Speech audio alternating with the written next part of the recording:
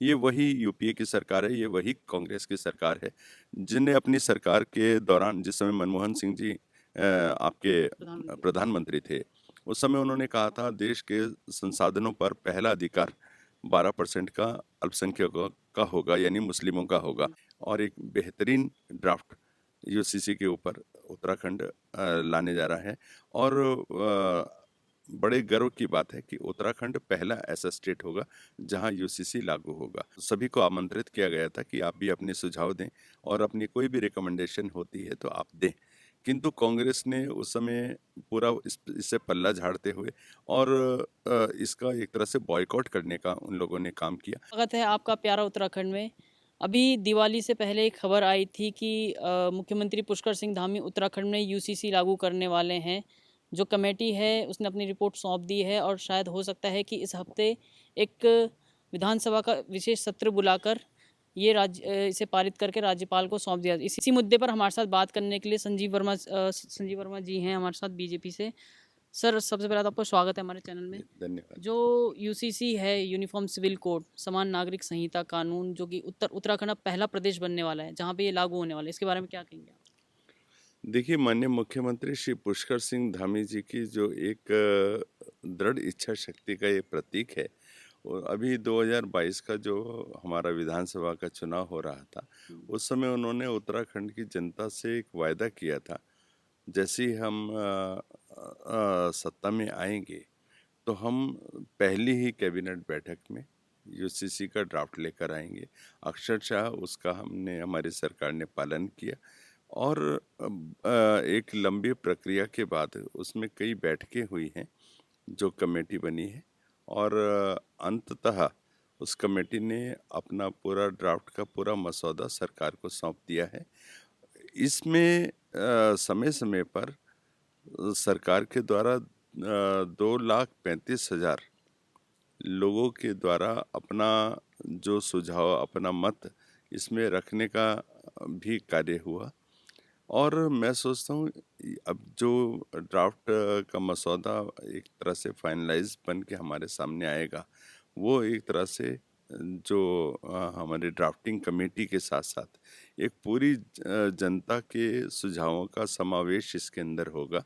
और ये विशुद्ध रूप से एक तरह से जनता के द्वारा बनाया हुआ और जनता के सुझाव क्योंकि सर्वसम्मति से इसके अंदर शामिल हुए हैं।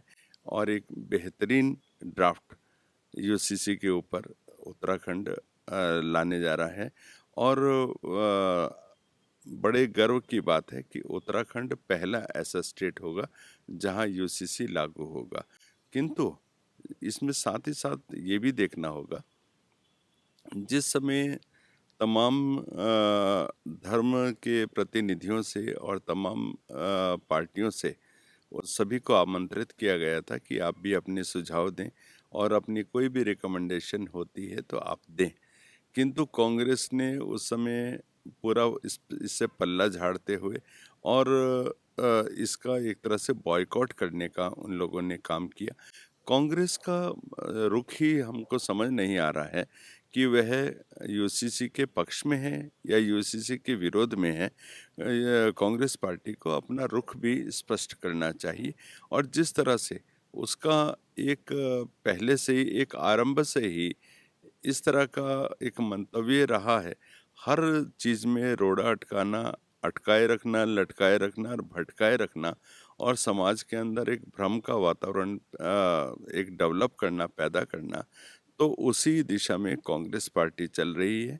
और उत्तराखंड यूसीसी लागू करने वाला पहला स्टेट बनेगा। मैं इसके लिए अपने माननीय मुख्यमंत्री श्री पुष्कर सिंह धामी जी को अग्रिम बधाई प्रेषित करता हूँ। अच्छा सर, कब तक ये बिल पारित हो जाएगा विधानसभा में, फिर राज्यपाल के पास जाएगा, तो कितना लंबा प्रोसेस है ये? इसके बाद कब तक ये लागू हो जाएगा, कानून बन जाएगा यहाँ पर? देखिए, इंतज़ार की घड़ियाँ समाप्त हुई और अभी बहुत ही जल्दी विधानसभा का एक विशेष सत्र इसमें सरकार के द्वारा आहूत किया जाना है। और उसमें बिल को रखा जाएगा और उसके बाद ये एक अपनी कानून की शक्ल ले लेगा। तो मैं सोचता हूँ हमारी सरकार का जो जनता से किया हुआ वायदा है, बहुत ही जल्दी एक कानून की शक्ल में जनता के सामने होगा। एक समान कानून सबके लिए, ना कोई कम ना कोई ज़्यादा, एक समानता का जो अधिकार है, मैं सोचता हूँ बहुत लंबे समय से इसकी मांग होती रही है और हम बहुत जल्दी जनता को एक समानता का अधिकार देने जा रहे हैं। जैसे कुछ समुदायों की बात करें तो जब सेंट्रल में सीए आया था, एनआरसी आया था, यूसीसी की बात चली थी, तो दिल्ली में हमने देखा किस तरह के विरोध प्रदर्शन हुए। शालीन बाग को हमने देखा। तो क्या उस तरह का विरोध प्रदर्शन उत्तराखंड जैसे शांत राज्य में भी हो सकते हैं? देखिए, आप सीए की बात कर रहे हैं ना, और अन्य एनआरसी। एनआरसी की बात कर रहे हैं।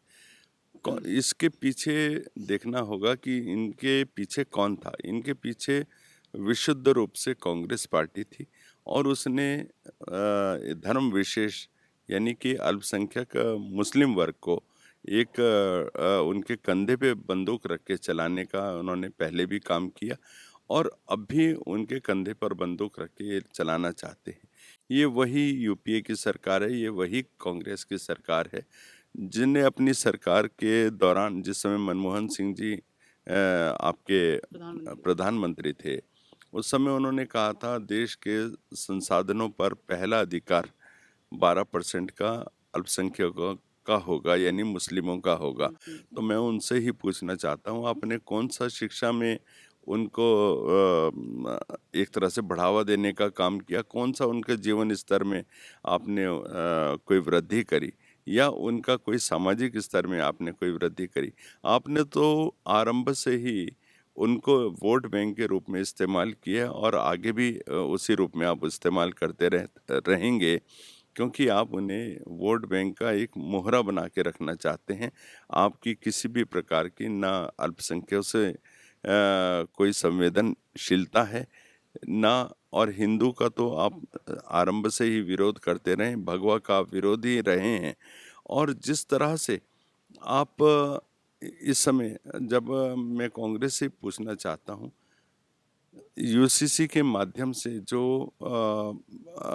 हमारी मुस्लिम बहनें हैं, हम्म। उनका सबसे ज़्यादा इसमें लाभ मिलने वाला है। चाहे आप 3 तलाक की बात करें, जो 3 तलाक का कानून हमारी सरकार के द्वारा बना दिया गया है, और साथ ही जो बहुविवाह, उसके ऊपर रोक लगेगी, 3 तलाक पर रोक लगेगी, और जो संपत्ति के बंटवारे का जो अधिकार, जिससे अभी तक मुस्लिम बहनें पूरी तरह से वंचित रहती थी, उसके ऊपर भी एक बहुत प्रभावी कदम इसमें उठने वाला है। और मैं सोचता हूँ मुस्लिम वर्ग, मुस्लिम समुदाय को इसका बहुत करतल ध्वनि से स्वागत करना चाहिए, क्योंकि ये जो यूसीसी आ रहा है, ये विदाउट एनी डिस्क्रिमिनेशन सबको एक समान अधिकार मिले, सबको एक समानता का अधिकार मिले, इसी ध्येय के साथ हमारी सरकार लाने जा रही है।